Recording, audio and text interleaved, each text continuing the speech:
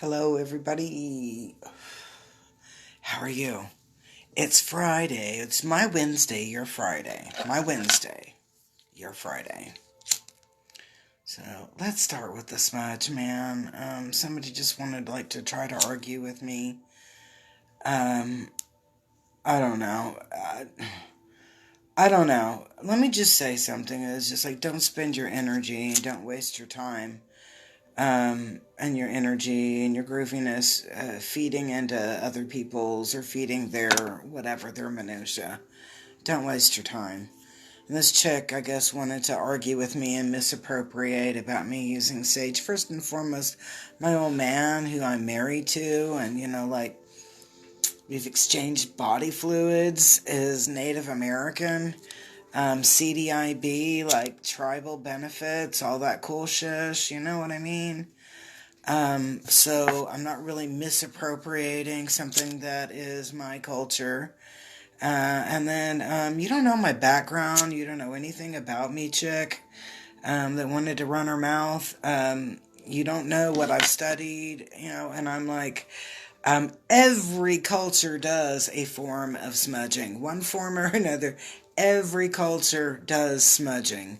Smudging is a universal practice, not just Native Americans. So let's overlook that and not be hateful with each other when it comes to that. I call it Smudge Fest because that's what most people call it, smudge. So that's what I'm going to roll with. So yes, I have Smudge Fest next Sunday from 10 to 1. Come smudge. Come get smudged. I don't care. I'll have a whole bunch of different kinds of herbs there to smudge. I might do 2 readings because I keep being called for this deck. You know, that deck that somebody brought me and I can't remember who it was. Blah, blah, blah. I'm being called, hey Amanda, happy Friday. Being called to read that one. But then I've got Grandma over here saying, get those ancestor deck out. I need to talk. So I'm like, okay, shush. So we're just going to see what the ancestors have to say. That's what we're starting with. I was like, wasn't the deck that I originally chose, but grandmas are around. I can feel their energy.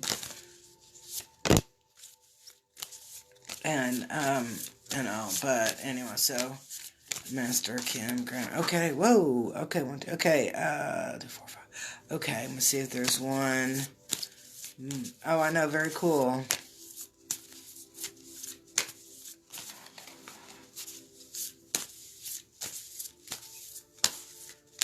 Okay, because there's like 5 cards. And I'm like, that makes 6 cards. And okay, we'll roll with 6 cards. All right, so check out the cool tapestry behind me.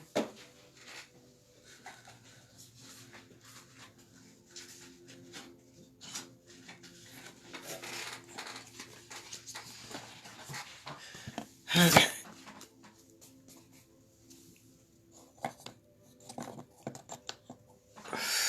Okay, so I gotta put that out. I don't want them griping at me for burning the sage. I mean, and it was like I had to clear that space. Alright. Now. Alright, so let's take a look at the first card. Now, I'm going to probably try to fit in 2 readings. The first reading, we're using the Angels and the Ancestor deck. And I wanted to start with this deck, or read this deck, and it was like, no, I just got I got pressured into reading from this deck. So this is the deck I kind of like think about ancestor energy through their, ancestors, the grandmother energy.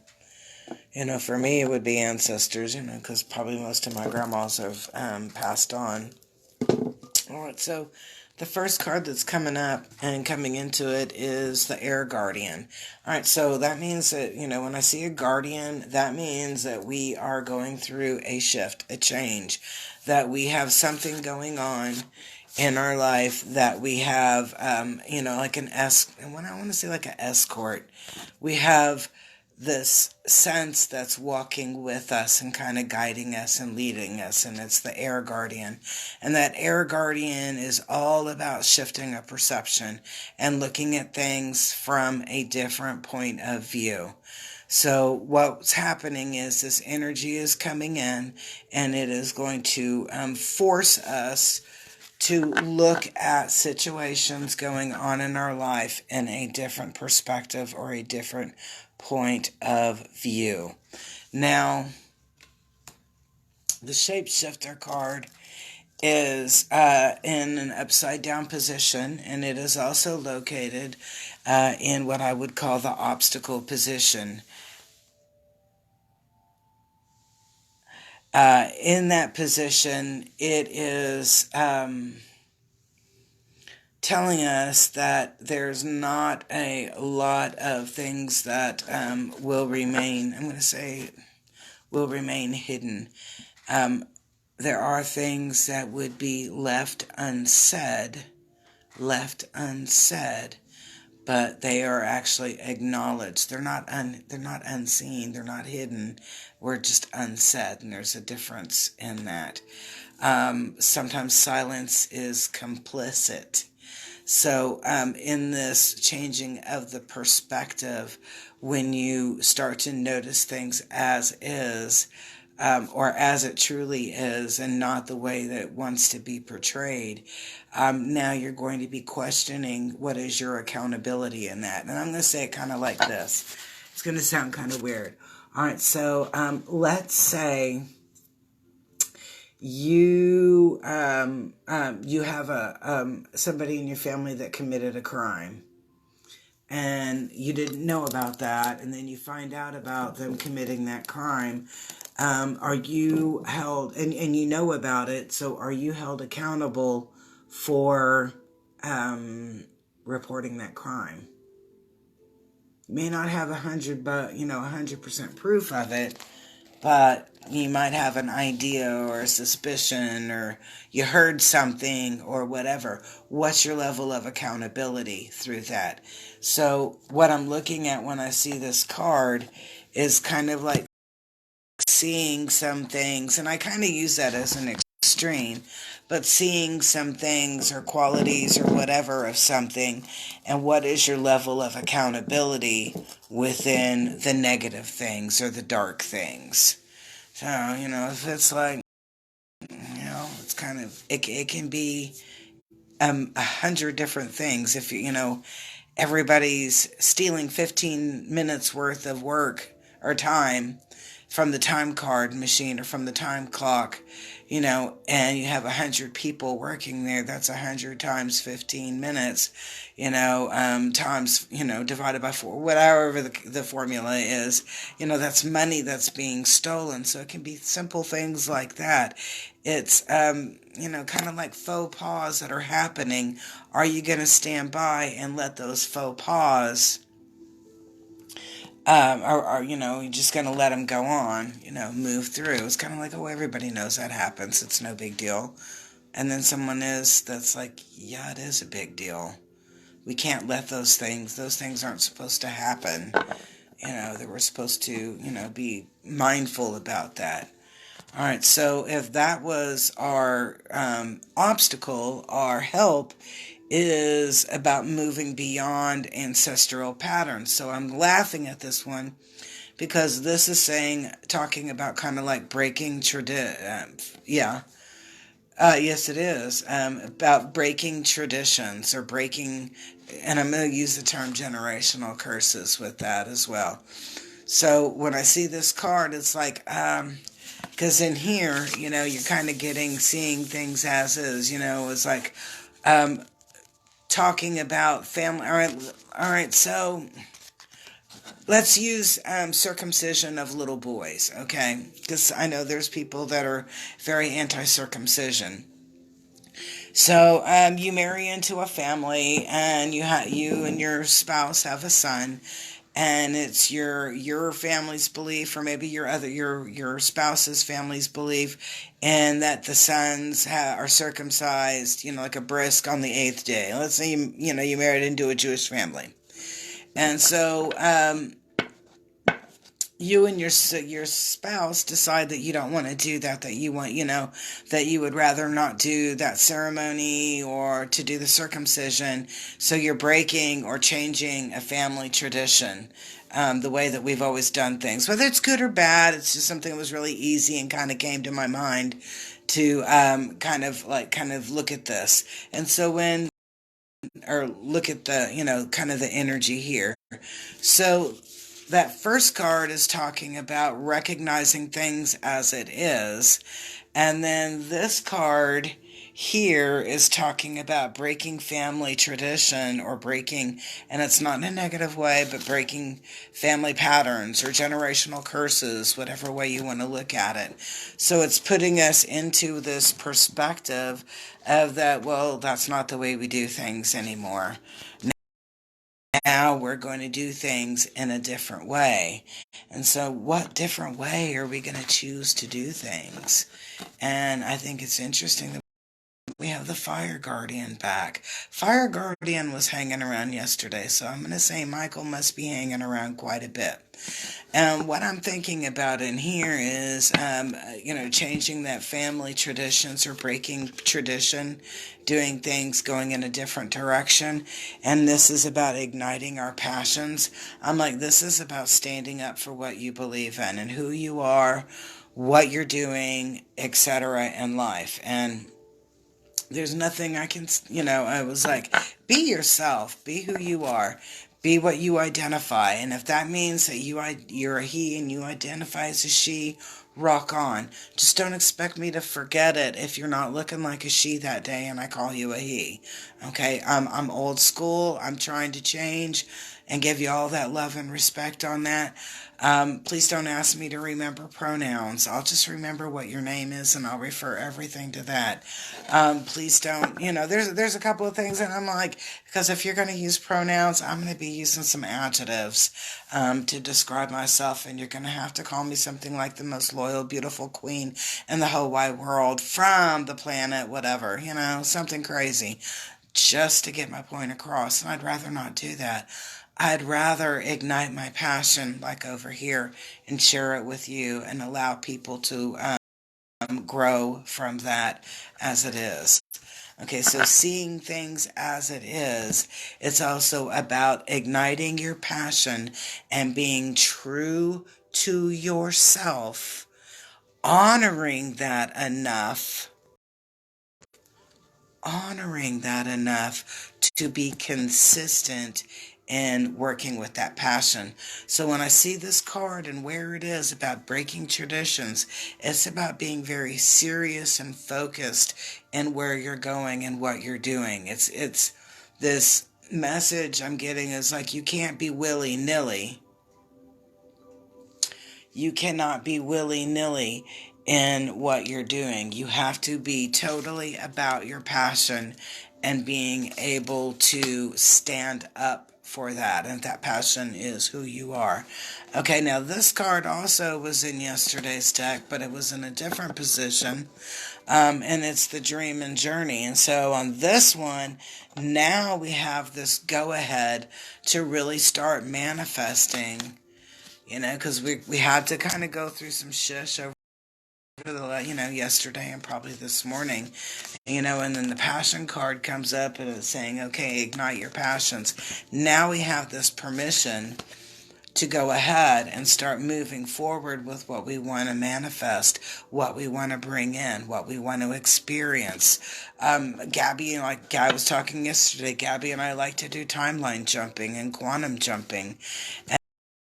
And in Dream and Journey card is a lot about doing that jumping, going in there and saying, okay, I want to see myself in this timeline that I am, I could say in perfect state of homeostasis, which is the fancy word for health and wellness and balance, right? So homeostasis. I am in a place of abundance. I am here, I am there, I've got this, I've got that, whatever it is. So when you look at this Dream and Journey card and it's followed, or it's, the Fire Guardian, about igniting our passions precedes it. It's about really putting into motion what you want and sending that message out and going, okay, this is my expectation. All right, so take the need, Amber, and put I am. I am homeostasis. Okay, because when we say we need, that implies that we have a lack. And so your vibration, when you give word to your vibration, I need homeostasis, that is implying that you're in lack of it. Okay, and so if you say, I am homeostasis, you're connecting in with that vibration and you're raising it so that you do become homeostasis. All right, so the last card is really kind of brutal, guys. I'm like, wow. This is the message that I'm getting through here, is that you're going to end up in some issues that you have to really cut some ties and set down boundaries.